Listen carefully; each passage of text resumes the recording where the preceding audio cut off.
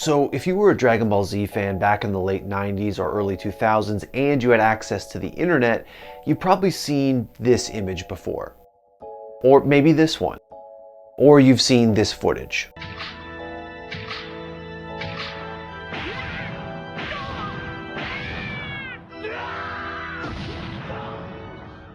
And chances are that you read online or someone at school told you that this was the new Dragon Ball series. It had just come out in Japan and wasn't even available here yet. No English TV broadcast, no VHS release, no dubs, no subtitles, nothing. But you were getting this sneak peek through the magic of the internet. But then the months started to pass and the years passed, and that weird image or magazine article or YouTube video that you saw never materialized into that new Dragon Ball series, or anything actually.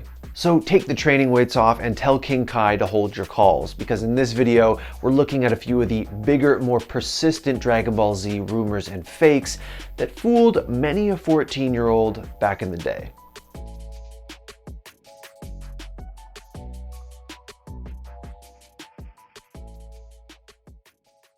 Now, before I tell you what the hell this image actually is and where it came from, let me set the scene a little bit for you. Because when I was a teenager, I was obsessed with Dragon Ball Z. I mean, I actually taught myself how to code HTML and use Photoshop back in the day so that I could make my own Dragon Ball Z fan website, which I did and I ran for several years in the early 2000s. I also may or may not have busted out Windows Movie Maker to create Dragon Ball Z anime music videos with disturbed songs. Yeah, we're not going to talk about that today. Anyways, one of the best parts about being a fan back in the early 2000s was the legitimate sense of mystery and the true possibility of discovery that came along with being on the internet back then. You have to understand that in the late 90s and early 2000s, foreign media of any kind was not nearly as available as it is today. And even though Dragon Ball Z and Dragon Ball GT had ended by that time, there was still a huge chunk of Dragon Ball media that had never made its way to North America in any official capacity. No TV, no VHS, no subs, no dubs. What we did have were grainy rips from Japanese VHS tapes uploaded to file sharing services like Kazaa and subtitled by the fans. And when you did get your hands on one of these, man, it was like Christopher Columbus discovering America. I actually distinctly remember downloading Dragon Ball Z Movie 13 from Kazaa, and it was fan subtitled. And in them, Vegeta was swearing like crazy.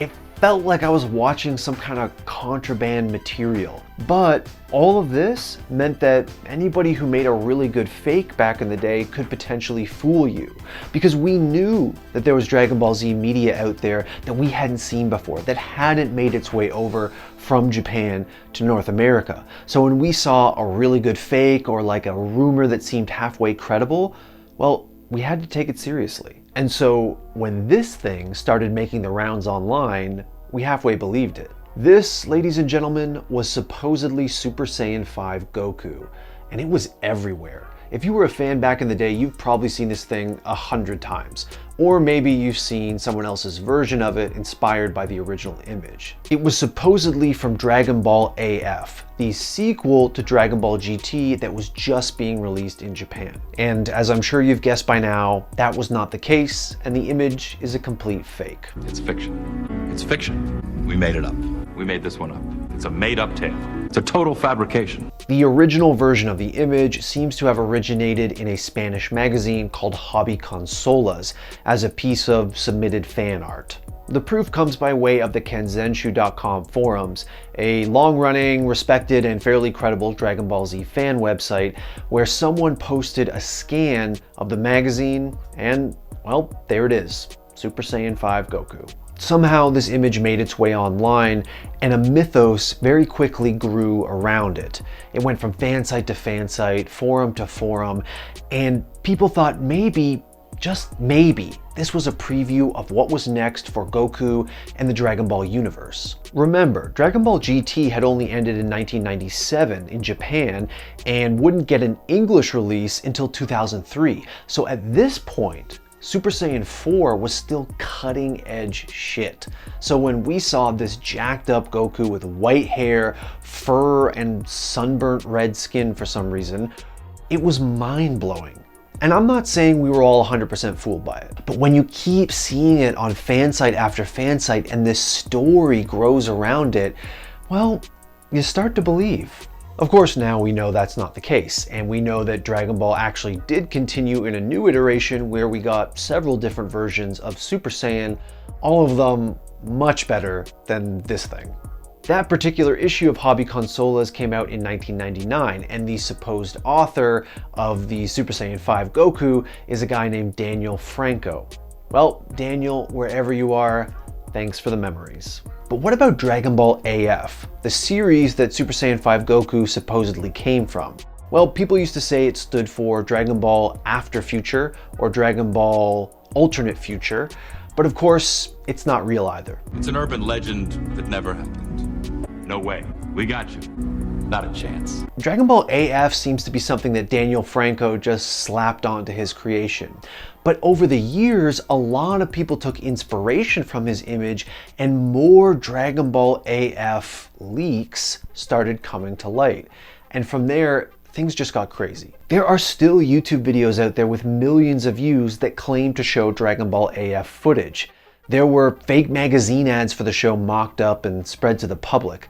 There were even several extremely well done fan mangas set in the AF universe. I mean, look at this fan manga art from a guy called Young Gigi and tell me that if you're a 15-year-old Dragon Ball fan jonesing for some more DBZ, this isn't gonna fool you. Now, obviously, not all Dragon Ball AF art looked that good. In fact, there were a ton of very poor quality Photoshops that made their way around Dragon Ball fan sites back in the day. This is one I remember seeing a lot. It's an image of Pan from Dragon Ball GT, crudely Photoshopped to be a Super Saiyan. Or how about Super Saiyan 4 Gohan here? This one, not too bad. Now, interestingly enough, Google searches for Dragon Ball AF peaked around the early 2000s, but Google searches for Super Saiyan 5 Goku peaked in 2015, around the same time that Dragon Ball Super was being released, which just goes to show how pervasive this whole obsession with Super Saiyan 5 Goku was.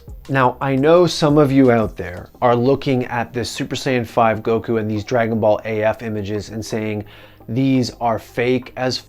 I can't believe you guys fell for this. Well, let me tell you, not every Dragon Ball myth or rumor back in the day was this easy to myth bust. So with that in mind, let's talk about the lost Dragon Ball movie.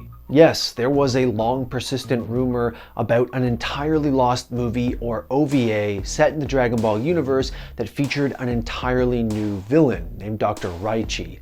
And here's the thing, there was footage to back this up. And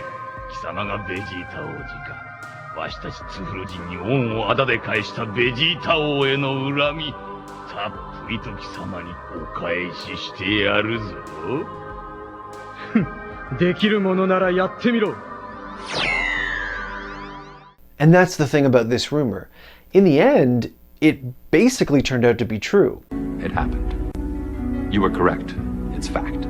It happened. This one took place. See, that footage is from 2 VHS tapes released in 1993 that acted as a kind of bonus feature and strategy guide for a Nintendo Famicom game called Side Story: Plan to Eradicate the Saiyans. Now, I know that was a mouthful, so just stay with me here. Side Story: Plan to Eradicate the Saiyans was a Nintendo Entertainment System or Nintendo Famicom game released, like I said, in '93 that featured an all-new Dragon Ball story, including some new Dragon Ball characters. The story is about the Z Fighters battling the vengeful spirit of a member of the race that originally inhabited planet Vegeta. His name is Dr. Raichi, and he's sort of come back from beyond the grave and is understandably quite pissed at the genocide of his entire species at the hands of the Saiyans. See, he works through this sentient machine he created when he was still alive that is powered by various people's hatred toward the Saiyan race, and he uses it to start poisoning the planet Earth, where most of the surviving Saiyans now reside. Simple. right? There is actually more to the story, and believe it or not, Plan to Eradicate the Saiyans weaves a kind of morally gray narrative that leaves it up to you to decide whether Raichi's actions are justified by the genocide of his race. If you want to watch it, and if you're a Dragon Ball Z obsessive, I recommend you do. It is available on YouTube for free. Anyways, along with that game back in 1993, they released 2 VHS tapes full of completely original animation, fully voice acted, that played out the game's story on the screen. And apparently they even incorporated elements of the game and explicit hints on how to beat it or where to go after such and such a section. At some point, people compiled all the animated footage, took out all the game footage, and suddenly you had a completely coherent 45-minute Dragon Ball Z movie. And back in the day, we had no idea that this came from a game.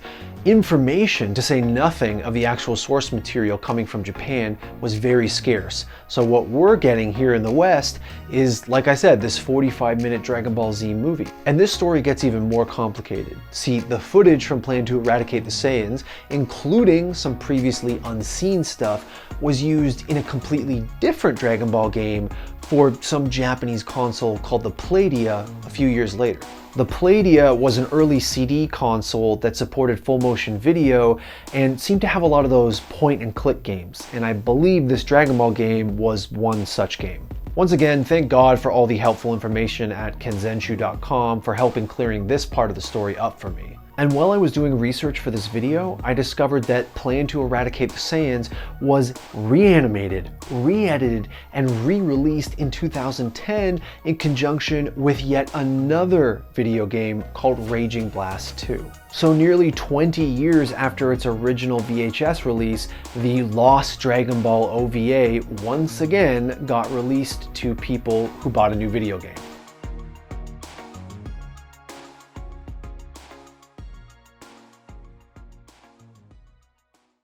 You know, I know this is just going to come off as an aging millennial waxing nostalgic about the old days, and that is exactly what this is.